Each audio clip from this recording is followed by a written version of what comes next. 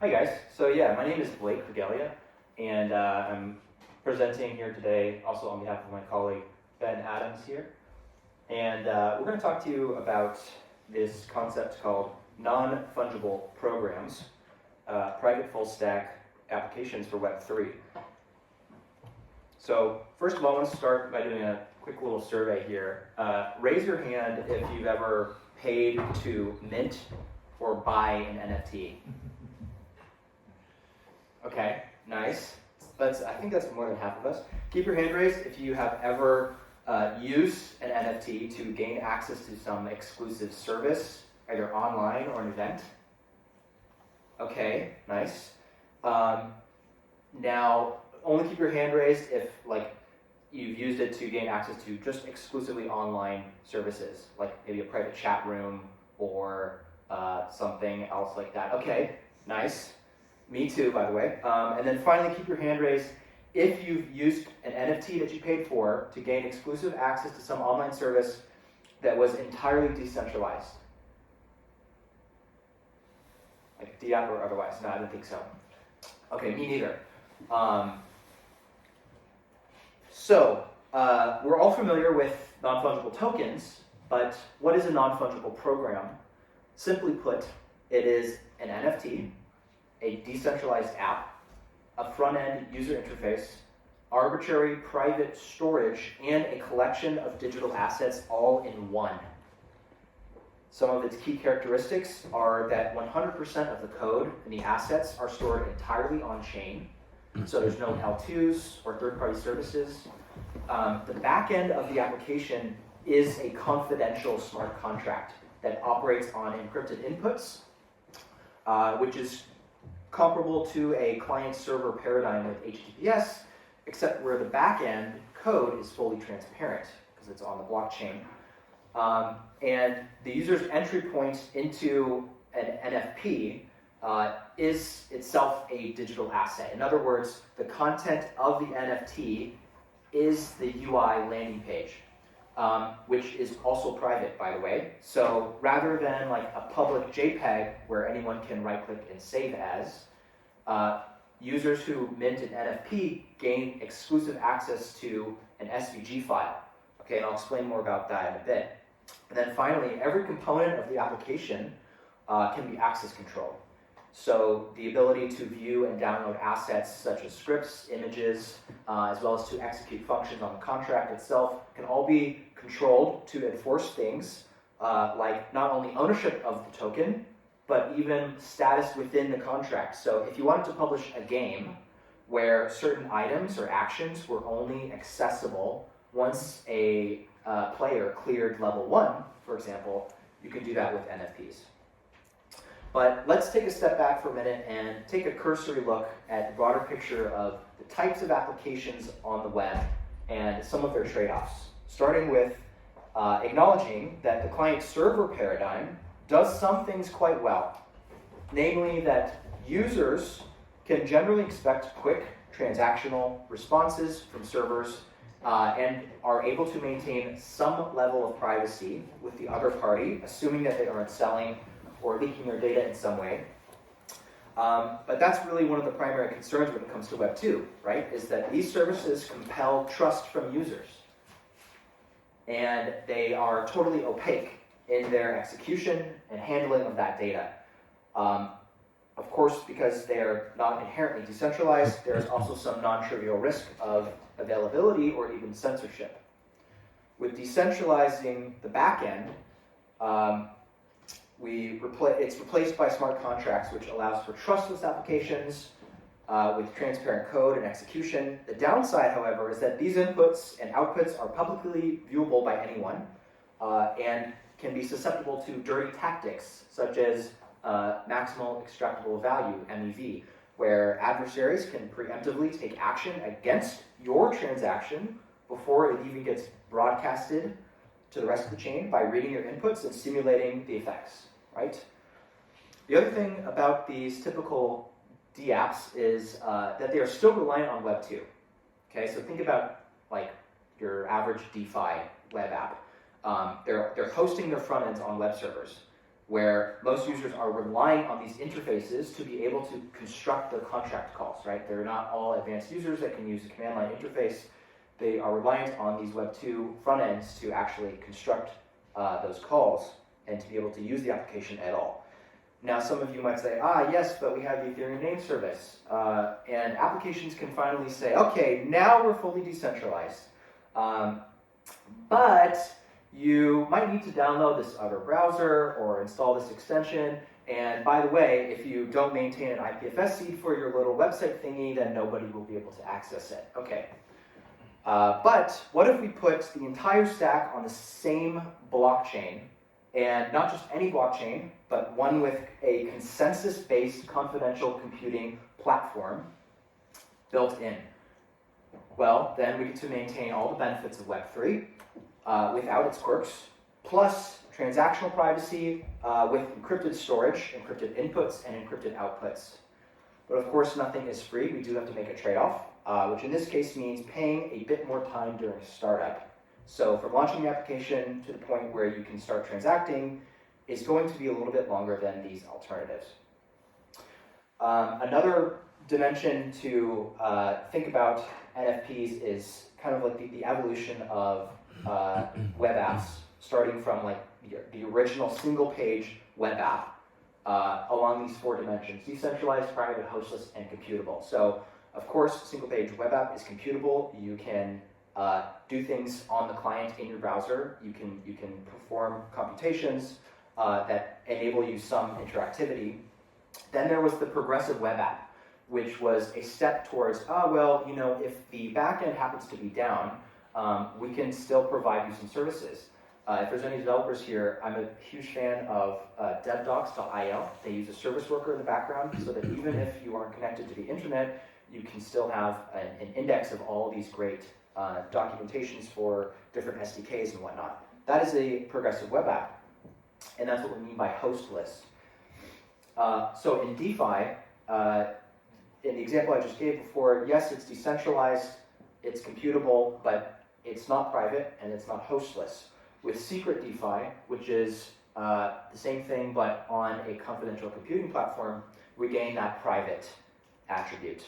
Then if we think about what an NFT is, yes, it's decentralized, no, it's not private. It is hostless though. You can download your NFT and take that with you somewhere else. That is a file that you own on your device, and you can use it offline. It has some practical use without being connected to the internet. Secret NFT, again, that same thing, but with the private attribute. And then finally, NFP is all of those things. It is decentralized, it is private, it is hostless, and it is computable. So, the first thing that generally comes to mind when people think of confidential computing is data privacy. But it is really so much more than just that. Any type of game, for instance, that requires players to have incomplete information of the entire game state for it to work is called a Bayesian game. And the most example being poker or blackjack. Okay, so for the game to work, you need to make it so that the players do not know what their opponent's hands are, right? And to do that, you need confidential computing.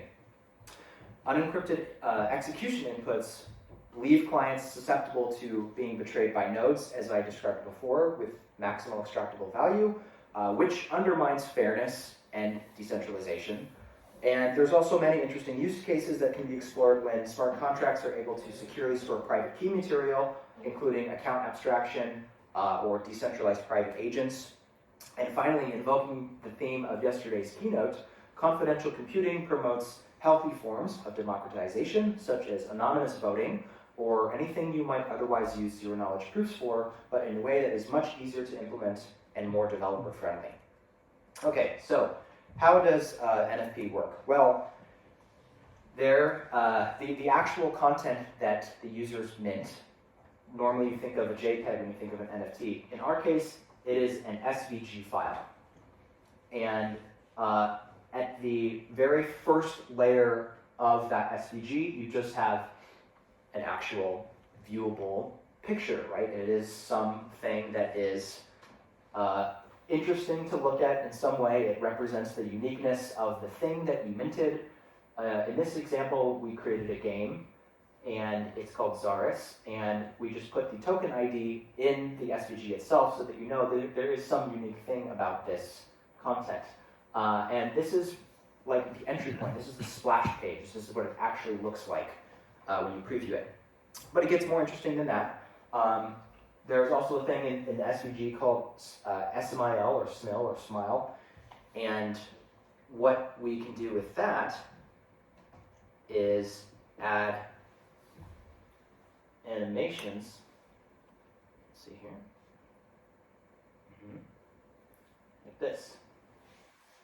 So it's very subtle, but you can see that the thing is hovering. If I were to open this, it might even,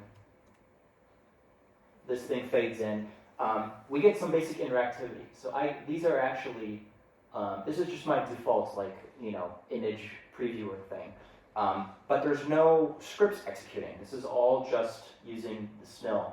I get some basic level of interactivity. So already, what we can do is create something that makes it feel like it's a little bit alive, right? It's not just a static image. Okay, that was just all I wanted to show there. And go back to full screen. Great. Okay. Well, an SVG file is just XML. And what can we do? We can add arbitrary metadata to that SVG. Oops, let me get back to my screen here. And what we need to add into that metadata are some things that are going to tell the client how to connect this thing to the internet so that it can start using it as an application. And so what we use that XML metadata for, among other things, is putting like a registry of endpoints, of RPC endpoints, where their application can start connecting to the blockchain. And so you'll see right here, this is an actual screenshot. We have some URLs for those RPC endpoints. We also store the authentication information for this thing, because keep in mind, this is a confidential computing platform. Every time that we are querying the blockchain, or querying the smart contracts, we need to prove to the smart contract that we actually indeed are the owner of this NFT. So we need some authentication information. And then just some metadata that helps identify the original owner of this. And the point of that, too, is not just to make this machine readable, but also human readable. So, for instance, 20 years from now, these endpoints may not exist anymore. But a user can very easily open this and start plugging in, new updated RPC endpoints, and the whole thing should then start working again. So the idea is really, very much long-term. And the reason for that is because this SVG is immutable. Once it is minted, it never changes. Okay, so what else? Well, we also embed a script element, because SVG allows you to use foreign objects, and you can create an HTML context within the SVG. So we add a script element, and in that script element, we have what is called a bootloader. What does the bootloader do? Well, the bootloader takes up around 10.5 kilobytes when minified. Keep in mind, this whole SVG gets compressed before it gets stored on chain. But what the bootloader does is basically, if we're going to design a game, okay, and we want to distribute this game to people, that game is going to require a non-trivial amount of code, JavaScript code in the front end, and that's going to be way too big if we try and store that on chain and distribute a copy of that to everyone. So what instead we want to do is abstract that out a bit, okay? So what a bootloader does is it allows us to defer loading the actual application for that game until the user opens it. And because this SVG is immutable, and we want to be able to maintain it if we discover bugs or we want to add new features, we can replace that application at a later stage. So each minted SVG is unique to the owner. And as I said, we don't want to be duplicating code. And there's a finite limit to what we can store on chain. So what we invented is this concept of a package manager in the contract. And what it means is that the contract can basically store arbitrary data that we put in there, and each piece of data that we put there is going to be a package where that is versioned, analogous to like NPM or any package manager for a software programming language. But the idea is that these packages are versioned, immutable, and they can be tagged. Okay, so let's say for this game we have the app.js package that we put in there. So in our bootloader, or actually in our metadata, we reference this package, app.js, and then we reference it with a tag. The tag is latest. So that means that every time the user opens their immutable SVG, nothing has changed about it, but maybe 2 weeks from now, the developers will publish a new version of app.js. They'll give it the tag latest, and when the user opens that SVG, when it queries the contract for the latest tag of that package, it'll get back the newer version. So this is how we get around this is how we maintain immutability, but get around this maintainability challenge. Okay. And so to be able to connect to the chain and to make authenticated queries, because it is a confidential computing platform, we do need that bootloader to be able to speak with the chain and perform very specific cryptographic functions to encrypt those inputs and decrypt the outputs. And basically to do all that, we need to create a hot wallet in the browser when the user opens this SVG file. And that hot wallet is what allows us to fetch the package and then inject it into the live running SVG document, okay? So we have now gone through this whole process where opening this SVG file executes the script that we embedded, the bootloader reads the metadata from the XML of the file itself, it creates a hot wallet, it queries the contract to get the latest version of this JavaScript file, which it then injects as a script element into the live SVG web document that is open in the browser and transforms into an HTML5 web application. And now we're going to try and demo it. So wish us luck, okay? I don't think we got it. Okay, so I am going to close this here and then bring in this. Okay, so bear with me here.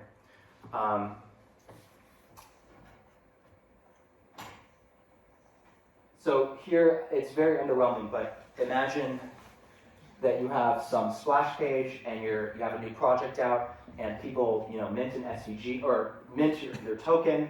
It would look something like this. Say mint, I'm going to execute this contract. And then it's ready, so I can download the SVG. And this is my private NFP now.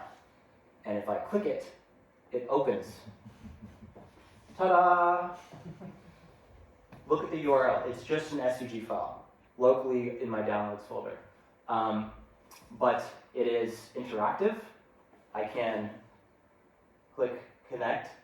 But as I said, this is where we're really paying the price because it's expensive to make these encrypted queries. The app.js package for this game is 550 kilobytes. That is also has to be decompressed once we get it. So I'll spare you the wait and just hop over to one that I already have opened. Okay, so we have our hot wallet here, and what we've done is we've got some testnet tokens because this is just on the testnet, and the user has an actual wallet, extension in the browser that owns this token. But we don't want to risk, there's two things. First of all, imagine playing chess, and every time you want to make a move, you get a prompt that says, okay, sign this transaction.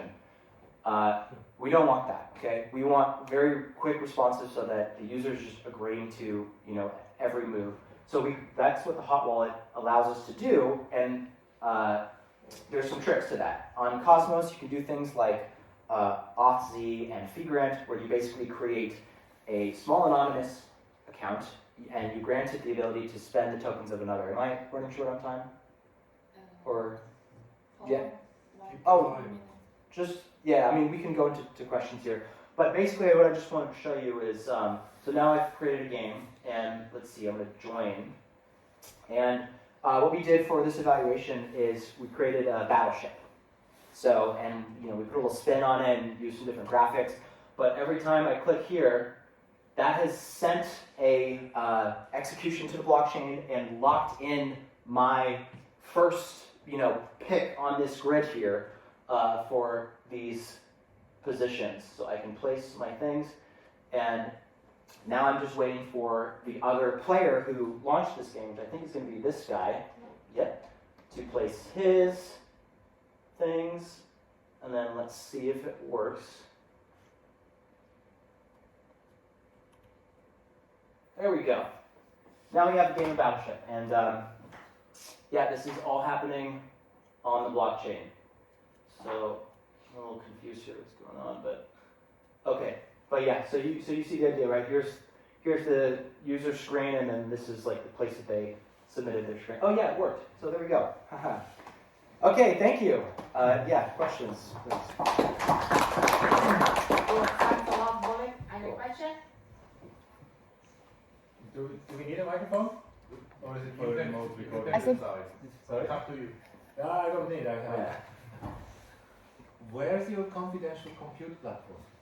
Yes, so we're using Secret Network, which is a Cosmos SDK based chain, and they use trusted execution environments. Oh, it's SGX. Yes. Okay. Because otherwise it's going to be much lower. And I'm not aware of any Exactly. actual secretly computing. Precisely, yeah. Thank you. You're absolutely right. Yeah. And where's that state transition getting saved now? Say again? Where's that state transition right now? You said it's all stored on chain, right? Yes. So at the moment, then, right now, okay, that's. So what's happening right here is these are two different players, right? And what just happened is that this player submitted their first move right here, and then it was a miss. And I don't know why it's not showing up here. I guess there was an error. It looks like the Wi-Fi may have lost when it was. But yeah, you get the idea. It goes back and forth, and it's as soon as your opponent makes a move, you actually get a notification. It updates. Just the reason why I asked was, but that, let's say, the history of game state transitions is actually separate from your whole package of SVG and the content ROS file, right? So is it just that's the whole diagram that you explained is for deployment. Yes. And then if I'm interested in actually following. Yes, exactly. Okay. So like the logic of the back end for the game is completely separate from everything else that's happening around the NFP. Exactly. Yeah. Cool. Was that the same question as where is the history of all the moves stored? Yeah. The same question. Yeah. So that the history of the moves are stored in the contract's memory, which is encrypted into a level DB on the blockchain, basically. And so the contract is the only one that is able to decrypt those values from the database. So you could assume that I play a million times, and at some point we're going to run into storage issues for this instance of the game? No, so every time that an execution happens where the contract is storing something in its memory, that is just growing into a floating database on chain. This is how CosmWasm works. Maybe Ben can. Am I butchering this or? Well, essentially, it's just writing. It's like a key value store on chain, and you're storing the state of the board effectively is getting updated. Yeah, and we could. So I don't think to the block. we're doing this, but we could actually delete those values when the game is over if we wanted to prune. But the validators have to store all of this. Yeah. So the blockchain is ever growing in size, just as other blockchains are. Yeah, like all transactions. Yeah. Thanks. Cool. Thanks for the questions and the very interesting presentation. Yeah, thank you I really very don't much. want to interrupt, but for the time issue, Yeah, no we need worries. to move